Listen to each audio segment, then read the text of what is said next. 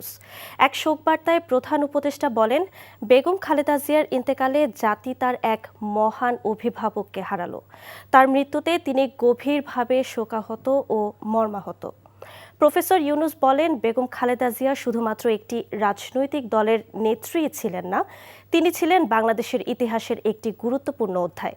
তার অবদান, তার দীর্ঘ সংগ্রাম এবং তার প্রতি জনগণের আবেগ বিবেচনায় নিয়ে সরকার চলতি মাসে তাকে রাষ্ট্রের অতি গুরুত্বপূর্ণ ব্যক্তি হিসেবে ঘোষণা করে। প্রধান উপদেষ্টা বলেন, বাংলাদেশে গণতন্ত্র, বহুদলীয় রাজনৈতিক সংস্কৃতি এবং জনগণের অধিকার প্রতিষ্ঠার সংগ্রামে তার ভূমিকা স্মরণীয় হয়ে থাকবে।